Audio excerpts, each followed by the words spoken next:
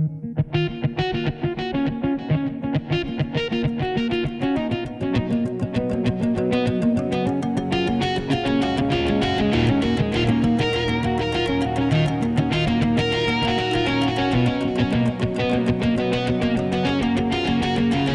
disclosure, I'm Robin Farzad. Spooks, comedians, lapsed whiz kids, the guy who explores abandoned malls, making peace with the legacy of a volatile parent. Herewith, our first best of episode, looking back at some highlights from our year of living and recording COVIDly. Stay with us.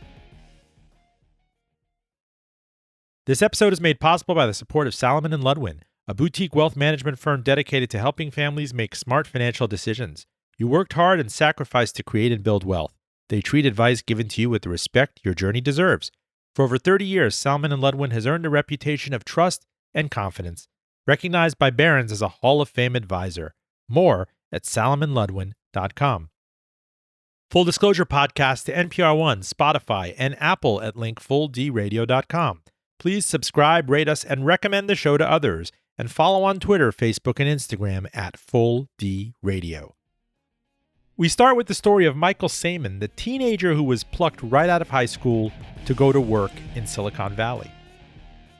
Full disclosure, I'm Robin Farzad. If you're just joining us, I'm talking to Michael Saman, Miami product, self-taught software engineer who famously joined Facebook at the age of, 17? 17, yeah. So tell us about the job interview and the first day and getting flown out with mom to this billionaire, one of the most covered people in all of American business. What the heck was that like?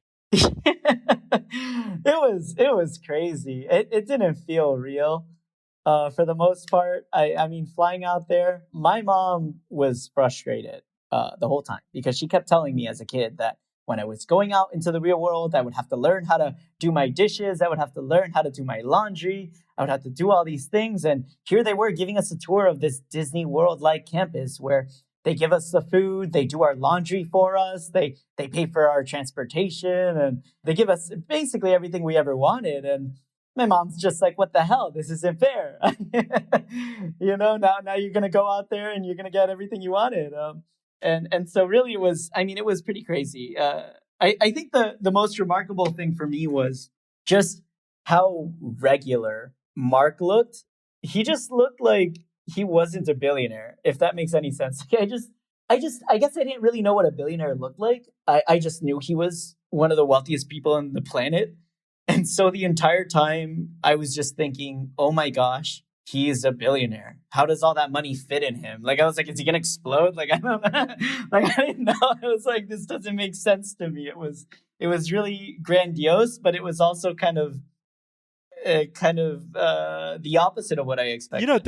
There's an element of kind of Willy Wonka and the Chocolate Factory here. You're there with your mother looking at the Facebook plex. Yes, very much. Amazing omelet chefs, and you have your choice of oat milk, almond milk, everything at the coffee machine. But how much of this was? I mean, I can imagine on the flight there, you're saying to mom, "Look, I understand I'm supposed to go to college. I'm understanding that's our way of social mobility, and that's the social contract in the United States and why you and dad work so hard. But this is a guy who went to Harvard and dropped out of Harvard. And similarly, yeah. Bill Gates dropped out. Michael Dell dropped out of what was it, University of Texas in his dorm room. And are you trying to tell your mom on the way there, and especially when you're there, Mama, maybe there's another way? Yes. I mean, my mom was worried from, I think, earlier in the year when I told her my plan, which was to make this free app that then would get the attention of companies, and then those companies would reach out to me, and maybe I would get hired or it would get acquired, and then I wouldn't have to go to college. Because I remember at the time I would go to my college counselor at my school, and my college counselor would tell me, your grades are just not there. You have D's and F's, and you have really bad grades in your classes. You're just not going to get in. And I remember applying to those schools and getting rejected to every Ivy League school I applied to. I got rejected to everything. And I remember telling my mom, like, look, it's either this or community college, the local community college by Kendall. So, as soon as I got the email from Facebook, I told my mom, I was like, look, don't worry about me. I'm going to be fine. This is it. Like, I'm good. And she would tell me, are you sure, Michael? Are you sure? And I was like, no, this is it. You'll see. And as we start touring the campus and everything, I think it starts settling into my mom when she sees that, right? When I go into the fishbowl is what they call the meeting room that Zuckerberg would meet in. And when I was sitting there with him and my mom would see through the glass window, I guess she was just kind of standing outside for the 15, 20 minutes or so that we were meeting. And I think at that point she started to realize, okay, like, yeah, maybe he's going to be okay. Like maybe it's going to be fine. Yeah. And that's kind of how I've always played my life. It's always been a risk game. I like to say that I'm risk averse, but to be honest, it's calculated risk. You got to think a lot about it. Think about every possibility and then take the jump. Full disclosure, you're listening to our first Best Of episode. Here's a bit of my conversation with citizen sleuth Fernand Amandi. He talked about the dark legend of Bernardo de Torres, the Miami exile who went from CIA infamy and black market riches to dying homeless. In the photos of him with some other Bay of Pigs cutout figures, it said, "They will never find out what happened." And I'm haunted by the fact that he kind of took this to the grave. He would return calls because, as he said, he was waiting for someone to ask him about his life story, i.e. to pay him for his life story. And that's the shocking thing to me is for years I thought he was in hiding. He was in Chile. He was in Venezuela or something. He's like, no, buddy, I at Tropical Park. I go to Publix. Other people from the mutiny took his photo getting a sub at Publix, right? He injected himself with vitamins. He was a regular at the Ventana, at La Carreta. He would occasionally, as he did with me once, he walked into, as you know, the epicenter of political intrigue in Miami is Versailles, the Cuban restaurant, and the Ventana in front of it, where all the exiles line up and have cafecitos and talk about the death of Castro and everything. He dared walk in with me. He said he wanted to walk in with me to the back of the restaurant. And the nasty stares that we got, it was as if a serpent had walked in. And he wanted to do that for a reason. It was either a pride of place or a troll thing. And, he wanted to have an interview with me. Of course, his back to the rear wall and me kind of being terrified. Are people watching us here? Are spooks? I mean, I'm just a guy writing a book about a hotel of which he's maybe a chapter or two. But there was that machismo to him well into his 70s. Well, Robin, I was on the trail of Bernardo de Torres from the time I was probably 21 years old. So that was 25 years ago. And one of the ways I tried to track him down was through his affiliation with the Bay of Pigs Veterans Association.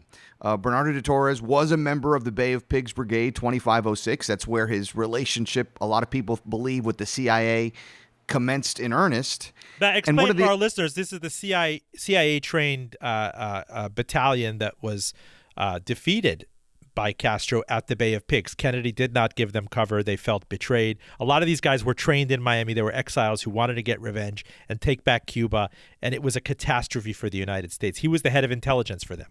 Well, exactly right. And as you said, this was the CIA-conceived plan to try and liberate Cuba from the Castro regime by sending these trained group of Cuban exiles, numbering, about 11 or 1,200, to basically invade Cuba. And once they got on the beaches and were able to penetrate into the heart of the country, that the population would rise up to join them in a revolutionary defeat of Castro and take back Cuba from Castro and make it a democratic free country again. As we know, that never happened, and many of those Bay of Pigs veterans became not only embittered with President Kennedy, but with the Democratic Party years later. But the Bay of Pigs veterans, those that are alive to this day and throughout the decades, have maintained just a very close camaraderie. It's the ultimate type of brotherhood, the ultimate type of fraternity.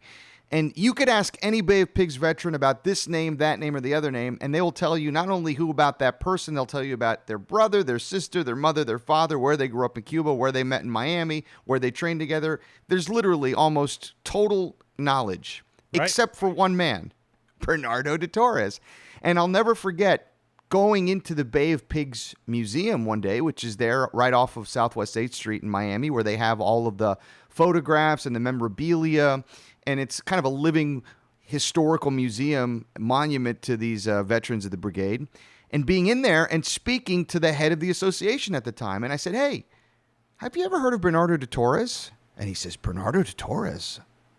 In Spanish, he said, Nunca he escuchado ese nombre en mi vida. I always heard the same response from people. I've never heard that name in my life. And it was it was too kind of formulaic. It was like they were reading off of a bullet point list, talking points that you're giving out. Well, exactly. And the punchline to that story is I said, well, then can you do me a favor for a second? Can you follow me?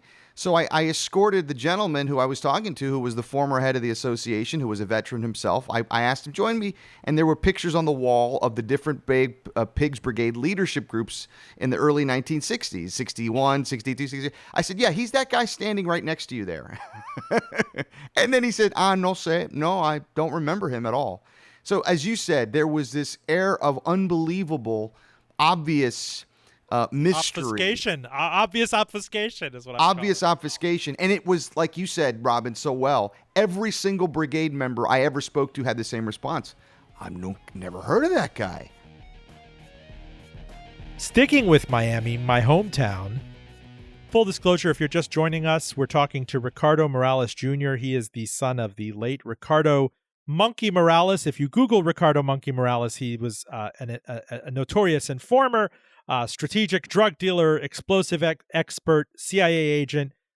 He was a man of many mysteries in Miami who was killed in 1982. We're going to get into that, but I want to start this next stretch of conversation with you, Rick, by you sharing this story with me. I think of your dad in the late 70s and early 80s on one of those rare occasions where he came back into your life. He took you shopping at the Omni Mall in downtown Miami. Yeah. And you guys were coming back from shopping in the parking garage. Tell me about it. Yeah, the brand new Omni Mall. It was gorgeous back then. We went shopping, had a great day shopping, headed back to the car. And I was out in front of him, of course, running towards the car. And as I got close to the car, he screams at me, "Don't touch the car. We have to check for a bomb. Are you crazy?" And that was my instant awakening to, wow, this is crazy. And we actually did get under the car together and look for a bomb. Like I would know one if I saw one. But yeah, that's how it was. How do you even have that conversation once you do get into that car? Like you're a teenager. What do you say, Dad? Like, what the heck? What do you do, Dad? Yeah. You know what? I think I was in so much shock that it just didn't even register the whole drive home. After that, the conversation went back to normal. And I didn't even tell my mother. I didn't tell anybody. Well, I didn't tell anybody anything anyway back then. I kept a lot secret, but it was just the craziest moment. Did you just suspect that he was a drug dealer looking to CYA? When I was young, yes. Yes.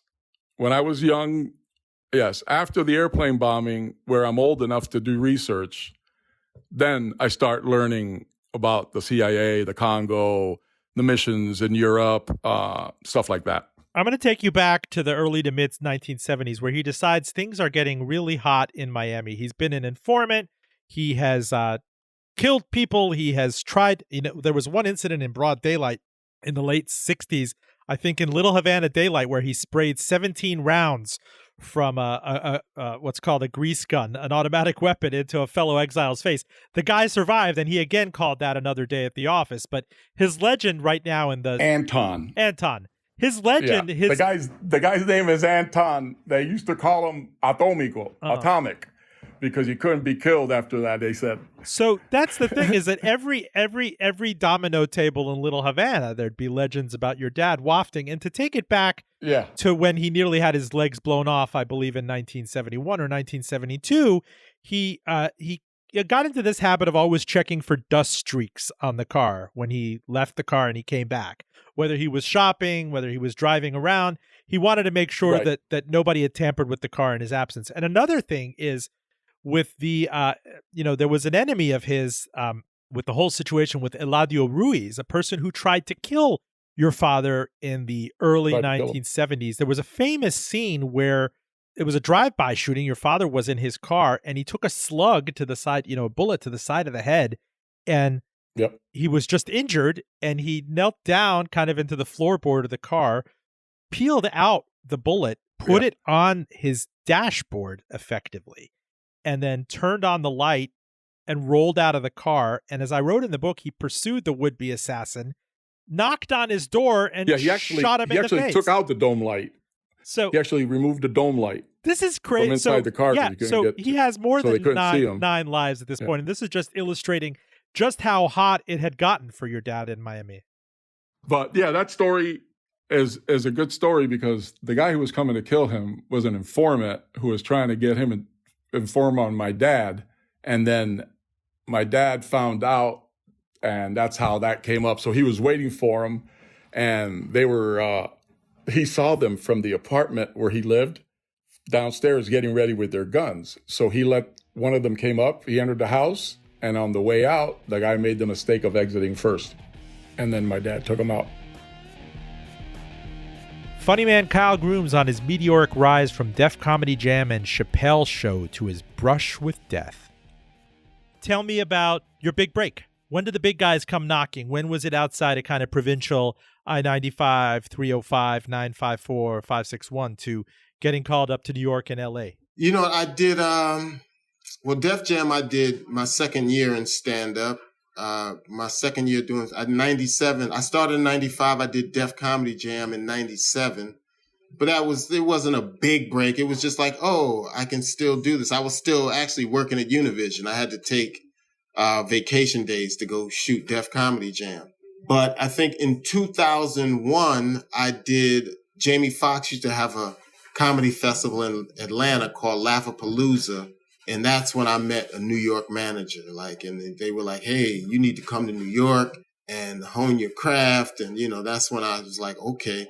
So I left Miami and went to New York, and that's when I learned really how to be a stand-up, because you got to see Jim Norton, Patrice O'Neill's, Greg Giraldo, all these guys perform. Colin Quinn, Chris Rock would come through, Dave Chappelle. So it was the mecca of stand-up. And I had to get rid of all my hacky Miami comedy and learn to be a real stand-up comedian, Kyle, how did you make ends meet when you moved to New York? Well, I made ends meet by moving back into my mama's basement.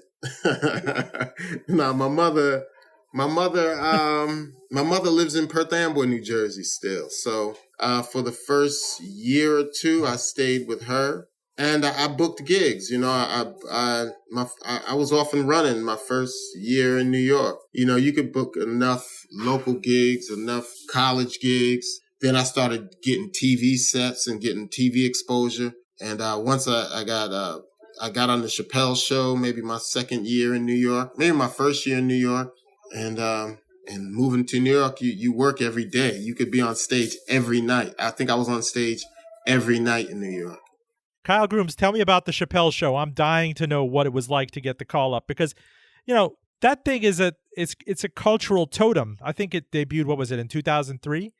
Early 2003. And the stuff is just quoted left and right. I mean, Charlie Murphy, the late Charlie Murphy, the late Rick James. I mean, this stuff he's a legend, and it's amazing that it's already almost 2 decades ago. But tell me where you were when you got that call, and what they said, and how excited you were, and where they took you out to, and what the whole process and the feedback was like. It's funny. The way I got the Chappelle Show, Neil Brennan, was working at the Boston Comedy Club in Manhattan, Lower Manhattan. And I didn't know who he was. I just thought he was a new comic just trying to work out some material, And I was like, yo, man, you funny. You should hang in there, keep it up. Your stuff is tight. You're doing well, you got it. And he was like, oh yeah, I write with Chappelle. I'm his writing partner and the co-creator of Chappelle Show. And, then that's how I got on that. And I knew Dave, but I didn't, I know him, but not like that, just in passing. And I've done a few shows with him. And then they invited me to come in and do some sketches with Dave. And I said, okay, I'll do it. And then they asked me to come and write on the show, start writing, submitting stuff. And then that's when Dave left. He left that week. We were actually shooting the last sketch. I think I was in the last few sketches before he left.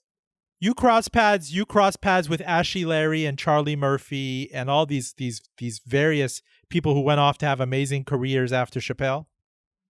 Yeah, well, I knew Donnell, Ashy Larry, before Chappelle Show. Me and him, we was on the urban comedy scene together.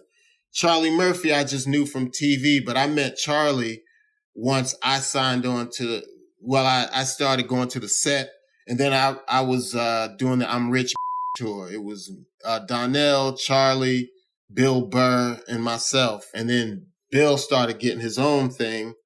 So then it was me and Donnell and Charlie. And then it was down to me and Charlie. And then Charlie went on and became a better comedian and went on his own and started having people open for him. But we all kind of know those guys. I already kind of knew those guys before Chappelle's show. I'm learning a lot being a father, man. I didn't know girl babies learn to speak before boy babies. Like when I'm on a playground, my daughters are speaking complete sentences, and the boys are walking around like, bumping their heads on the swing, licking the seesaw. And my daughter's like, Father, this child is peculiar.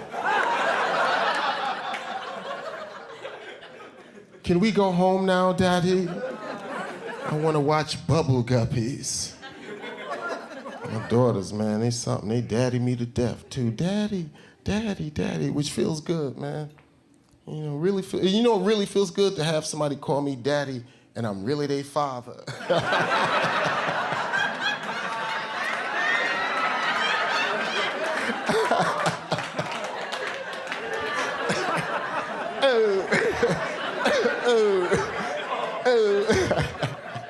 Full disclosure, stay with us. Full disclosure, I'm Robin Farzad. We're flashing back to some recent episodes. Here's some of my chat with Seth Lawless, the photojournalist who documents scenes of American abandonment.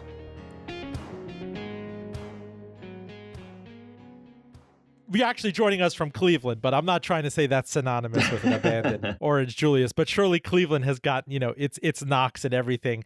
I actually want to ask you about this stuff growing up, because it was, your father worked in was it a Ford factory in Ohio? He did, yeah. My grandfather as well, Mexican immigrant. He came here during the Revolution and got a job at the Ford factory plant up in Detroit. My dad was raised there. He eventually relocated to Cleveland, Ohio, where I was raised. So Cleveland certainly got its knocks in the 70s and 80s. I think Mel Brooks always made fun of it, where it was the famous, the fire in the Cuyahoga River. That's so true. Am I kind of baiting you to talk about Cleveland? Well, it's changed a lot. Growing up, since World War II, we lost a lot of factories, American manufacturing jobs that were shipped overseas, globalization. And it shifted a lot because that resulted in population loss. So, you have abandoned schools, abandoned malls, abandoned amusement parks, abandoned factories that line the sky around me as a kid playing, Almost, I remember as a kid, I could turn in almost any direction playing outside. And where I was, you could see abandoned factories just crumbling like this apocalyptic landscape around me. So I had a fascination from a young age, especially taking little road trips and family vacations through other Rust Belt cities, that were hit kind of the same way. May I ask you, how old are you?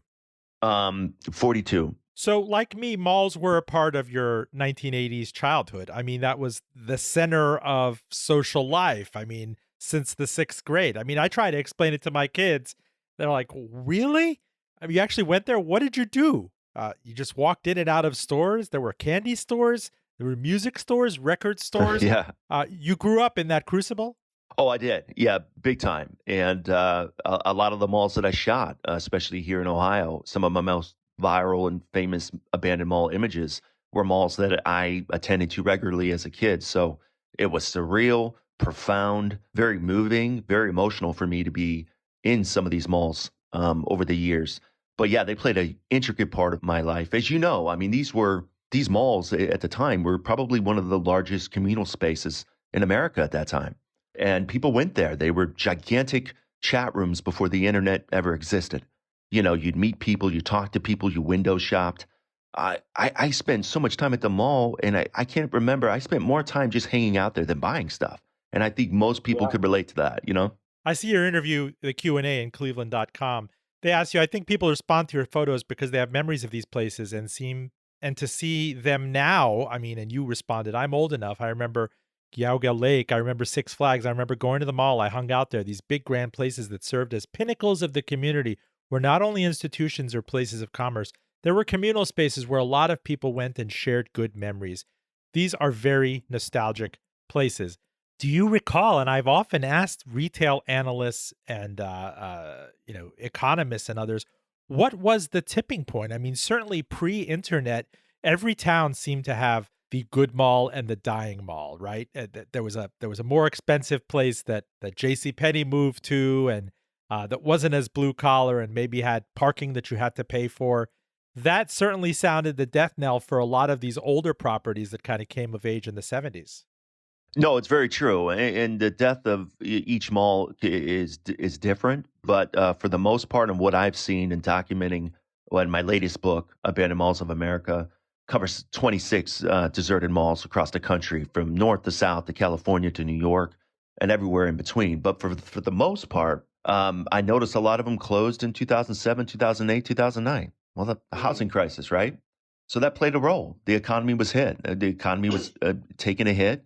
A lot of them were probably already suffering in ways. A lot of them were in economically depressed areas already, meaning in some instances, which was kind of bizarre for me to understand, was the entire community was in shatters in some of these instances, where neighborhoods are virtually abandoned, the schools, everything else, and you still see a mall thriving, no anchor store, or a Target might have moved in for like a year, and then that couldn't sustain the mall as an anchor. So, and then, all it takes is something like an economy shift or, what we had in 2008 to really kind of put a nail in the coffin. And that's kind of the trend that I've seen. Seth, when did you first pick up a camera?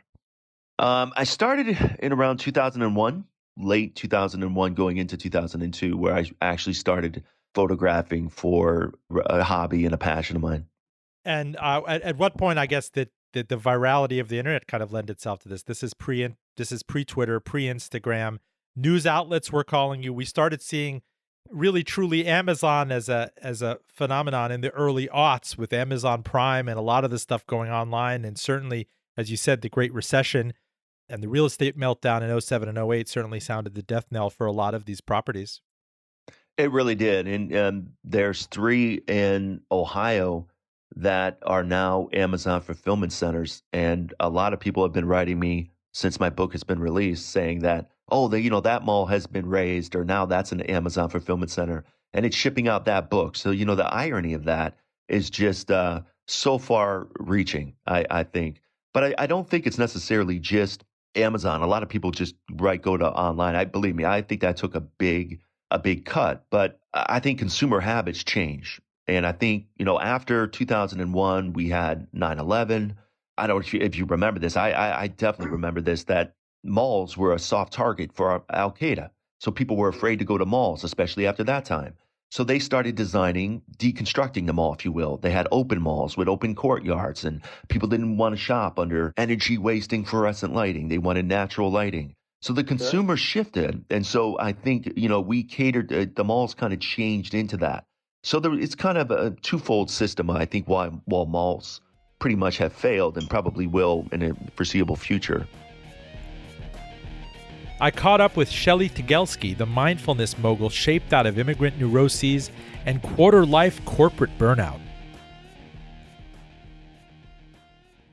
So fascinating how, the shadow and persona of everything works, because to me, the memory of you were smaller, you were indefatigable, you were constant energy, you were life of the conversation, popular in school, supremely motivated, to the point that I think by middle school, we knew that you were destined to not fully complete high school and jump into University of Miami. And again, complete the medical programs as a 6-year undergrad, right?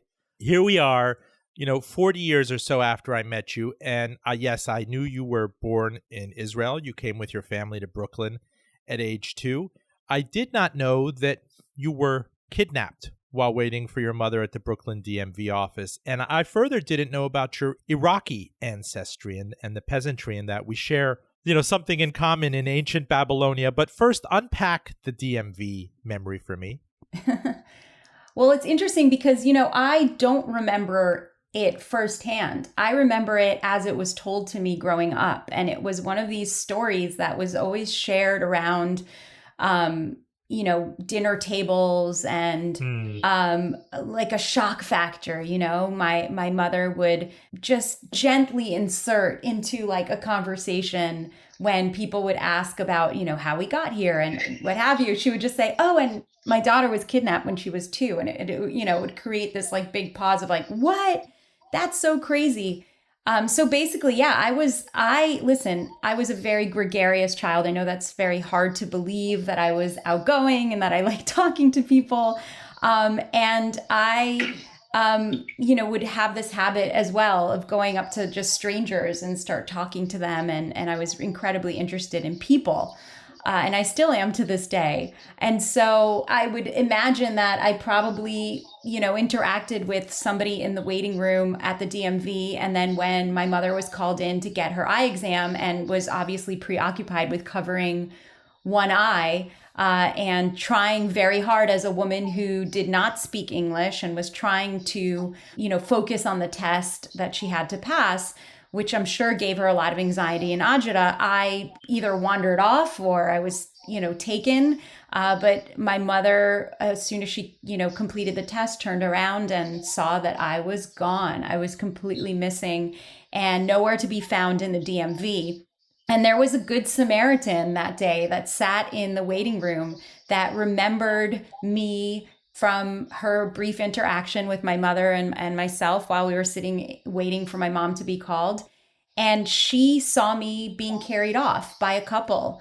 And she immediately knew that she had a choice to make. She had to make a choice between either running in to try to find my mother or running after this couple, knowing that there was something wrong because obviously I had not arrived with them.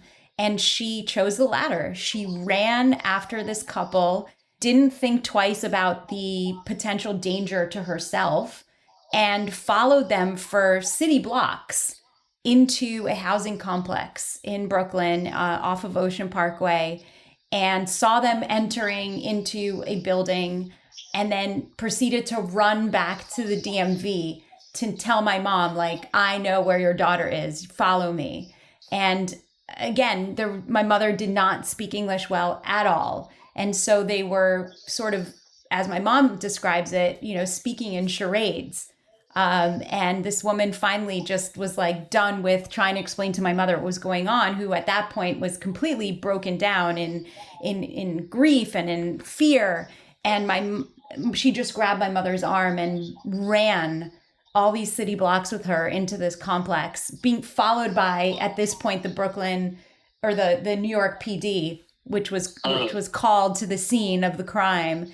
And it took like a good, few hours for them to make it through. They had to lock down the building and go floor to floor to floor, knocking on every single door, looking in all the corridors and all the stairwells to see if they could find me. And, second to last floor on this very tall building, when the elevator's door opened to that second to last floor, I was sitting there, or I was actually being carried by this woman. And I was as happy could be. I was totally fine. I had no awareness that I was in any danger. I was smiling and laughing and, of course, happy to see my mom, but couldn't understand why my mom was crying. And so I jumped into my mother's arms. I asked her, why are you crying, Mom? And she just, completely lost it from the joy of the reunification. And it's so interesting because the way I tell it in the book is that for so many years, I honestly thought this was a story about me or a story about my mom's angst. But really, as I started to think about the Good Samaritan who kind of gets lost in the story as it is told, at least by my family, I was just fascinated by that moment of agency that she had, that she was able to, in a split second, make a decision to, again, risk her life or to do the right thing on behalf of somebody that she didn't even know. And I was fascinated by that. And that really became, a part of my life that began to inform a lot of the work that I would find myself immersed in for decades to come. Comedian and actress Tara Grammy regaled us with stories of struggle and hustle en route to her big Hollywood breakout.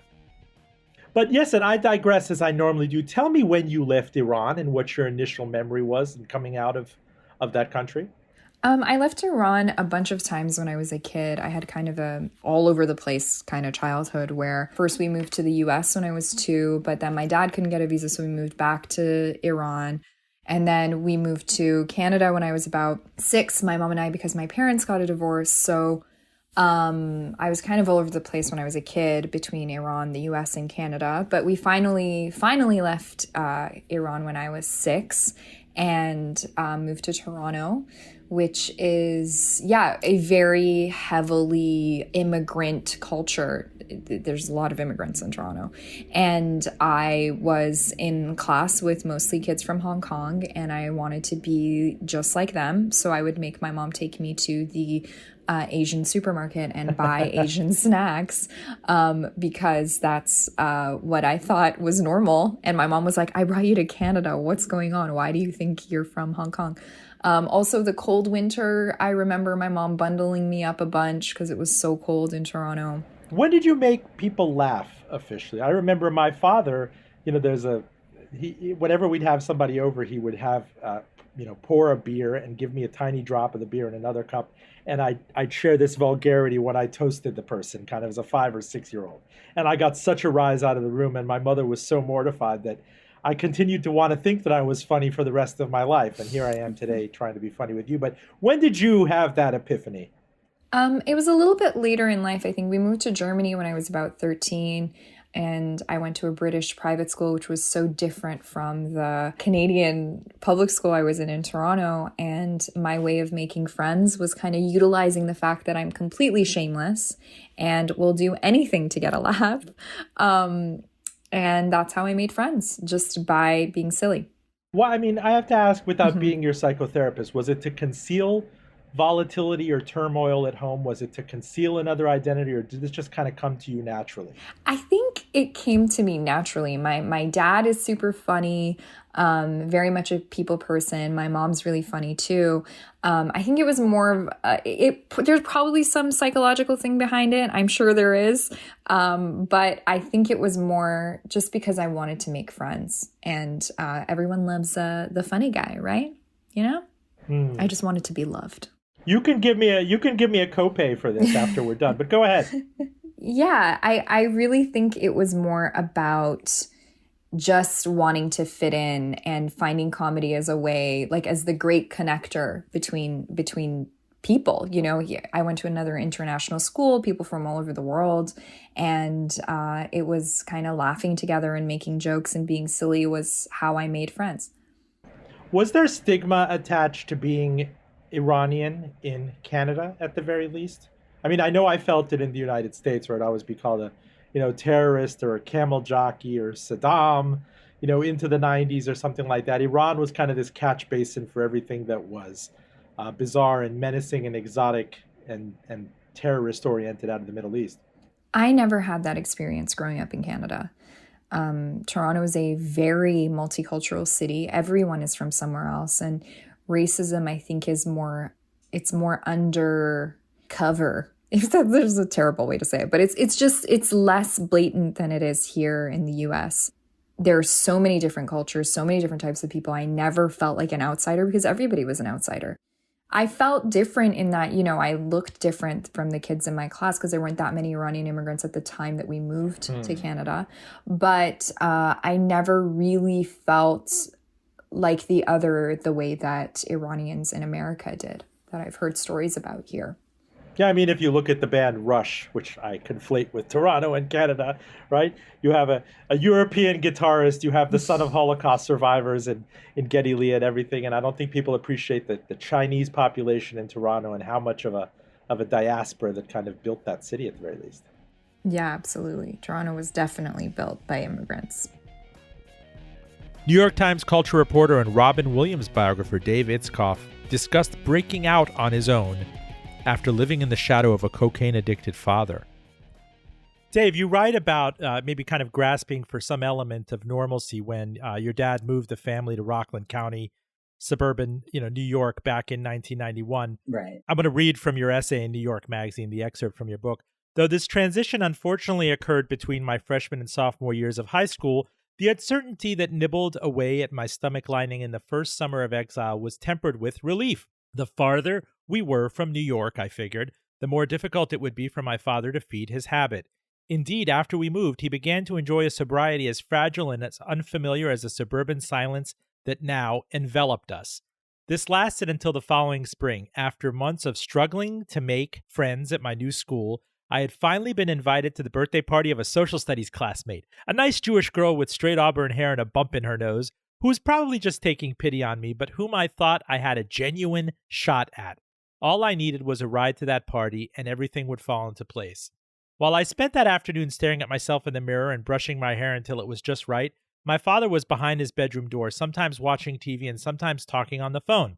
But when it was time for him to take me to the party, he was snoring loudly. In my excitement, I hurriedly roused him out of bed, into his pants, and into the car. And though his breathing was heavy and his waking movements were comically sluggish, I never thought to wonder why he had been home asleep so early on a weekday. But there was something unmistakably wrong about the way he was driving, the way he let the car coast too far to one side of the lane before jerking it back on course, the entire vehicle shuddering like a horse that just took a spur in its side. Then, as he maneuvered off a quiet access road and onto a two-way highway, he turned so wide that we ended up in the oncoming lane of traffic. We skidded to a stop, parked backward on the shoulder. I could now see that my father's eyes were barely open, and his hands were trembling on the steering wheel. "Are you high?" I demanded. Deep in his narcotic fog, he was sufficiently alert to know he should be embarrassed. "Yes," he stuttered. Dave, I don't understand how you presumably were successful in high school and you put it together and you had the day job of being a functional kind of awkward kid in a new school and applying to great colleges and getting accepted. How did you keep it together? I don't have any other experience to compare it to, like I can't say I'm trying to think of how I can put this, that, I'm sure people react to stressful situations in all kinds of ways, and different people grow up with different kinds of traumas, and some people, obviously the effect that it has on them is like extremely outward and visible, and they push back against it, they rebel against it, they become kind of dysfunctional, outwardly dysfunctional in their own way. And honestly, I can only speak for myself, but I imagine others too, that like one way that people react to it is just to kind of like put your head down and just like throw yourself even harder into the things that you feel you can control, the things you've already been told that you're good at, places where you've gotten encouragement, like high school academics. If you had, like I did, teachers who, while they didn't know what was going on in my life, people who just said, "Hey, you're a good student, you have potential," then you think, well, okay, I will just try to put all my energy into pleasing those people. I don't have a father who I can get that kind of, validation from, so let me do whatever these other people are telling me that seems to elicit it from them. That was a big motivator, I'm sure. I took pleasure, honestly. I know it's weird, but I took pleasure in my own schoolwork at the time. So at least it was like something to feel good about and enjoy. There wasn't a lot else, just at the time. But, like I said, I don't know if that makes any sense, but that's just when did you find solace? When did you find solace in letters, in writing, in reading? Probably from a very, very early age. That I've been told that, I started reading pretty young, like age 3 or 4. And, I definitely spent a lot of time alone as a young, like, latchkey kid, and just was allowed to, like, we had a pretty big book collection when I was growing up, and I was just allowed to like sit in front of our collection of books and sift through them and read. So there was that. My parents have memories of me like sitting at the breakfast table, and like, you get like a cereal box with like the nutritional content listings on the side, and I would just like sit and pore over that and learn to read all the different like names of vitamins and minerals. So just from that age, I guess. But it was a long time before I understood that, like, writing and journalism were a career. It wasn't anything that I contemplated or as a way to make my living, or to just something that I could do for the rest of my life, really. Right. You write about your start at Princeton, which was 90 miles away from home. You said, I, meanwhile, was pursuing my own betterment with the same single-minded intensity I'd seen my father exhibit in his prime. Some portions of this education occurred in lecture halls and libraries, while others took place in the private tap rooms and semi-secret back rooms of an Ivy League campus where pot was plentiful and cocaine wasn't hard to come by if you knew where to look for it. It would be too convenient to say my father's addiction made me more curious to try drugs, and a lie to say I worried that I might have an addictive personality of my own.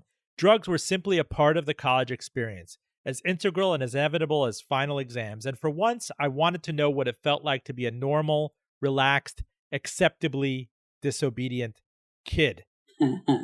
I'm not going to superimpose myself on you. I was, an immigrant kid from a big Miami public high school, flung into that environment.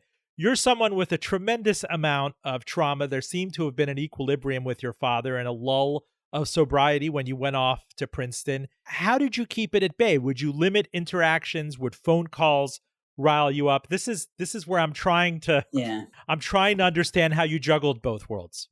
You mean in terms of like the home life that I left behind? That's right. Well, obviously there were a lot of reasons why I certainly, I couldn't like, cut my family off entirely.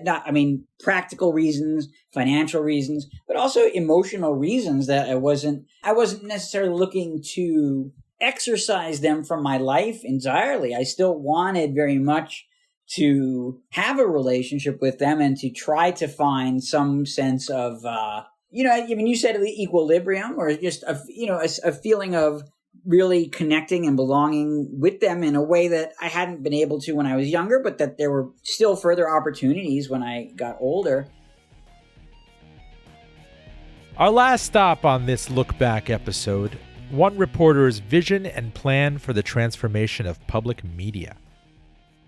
Full disclosure, I'm Robin Farzad. You're listening to Celeste Headlee, radio journalist, author, public speaker, co-host of the weekly PBS series Retro Report.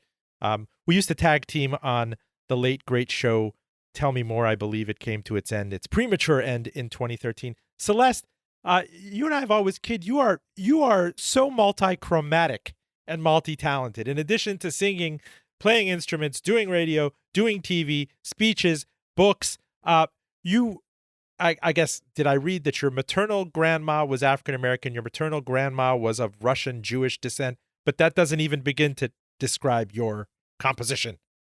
Right. My maternal grandfather was of African-American with a little bit of Native American thrown in, among other things. And my maternal grandmother was Russian Jewish. Yeah, there's a bunch of other stuff thrown in. I am the melting pot that they claimed America was quite some time ago. And, interestingly enough, it's caused a lot of people to feel like, because I am racially ambiguous, at least when you look at me, they think that it's their right to define what my race is, which is surprising. And deciding whether or not I can call myself one thing or another thing. I mean, I identify as Black and Jewish because those were the people that raised me. And why are they the people that raised me? That's because when the Civil War ended, the Black children of a white plantation owner were not going to end up with the white family, right? So it's always been the African Americans in my family, and in particular, my Jewish grandmother, that ended up taking us in. But in terms of journalism, it causes a problem, right? Because I'm biased in all kinds of ways, supposedly. I'm certainly biased on issues of gender because I'm female.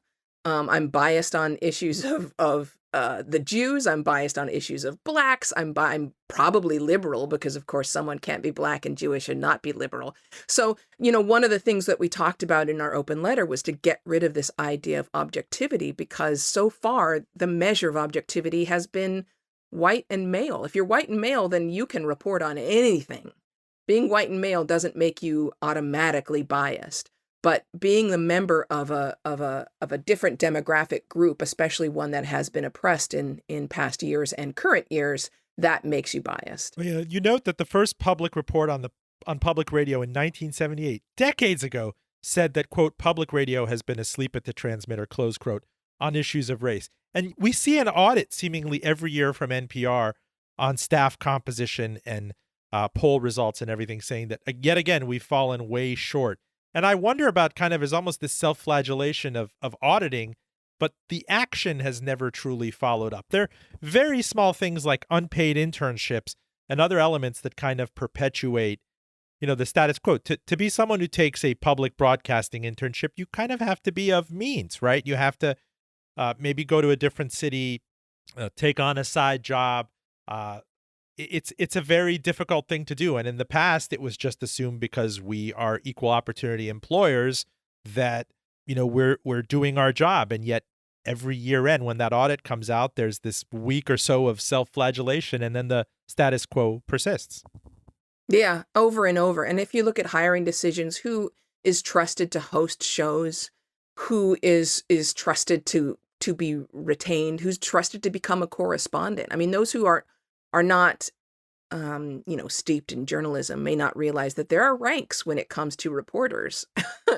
There's an assistant producer, which is sort of like your entry level, and then you can move up to producer. You can move into reporter 1, reporter 2. Eventually, you could become a correspondent, which is, the highest level of trust and expertise in public radio, at least. All of those decisions automatically defer to white men. Now, I should, this is how we end up with these, as talking about these reports every year that just show, and it's funny, if you look at the headlines, they're like, wow, diversity really hasn't gotten that much better. Or it goes the other way, and you'll get this sort of overblown bragging. They'll say, look, diversity numbers have gone up. And then you'll read through the report and realize they've gone up by like 2%. 3%, which is just not something to brag about. Full disclosure, special thanks to Claire Morgan of Notterly. You can listen to every episode in its entirety on the trusty NPR One app, on Spotify, and on Apple Podcasts at link fulldradio.com. Please subscribe, rate us, and recommend us to friends and family. Special thanks to our partners in LP Radio, WERA 96.7 FM up in Arlington, Virginia, and in parts of Washington, D.C. There's WPVM 103.7 in Asheville, North Carolina, and KPPQLP 104.1 FM out in Ventura, California. Holler if you'd like to carry Full Disclosure on your air. I'm Robin Farzad. Thank you for listening. Back with you next week.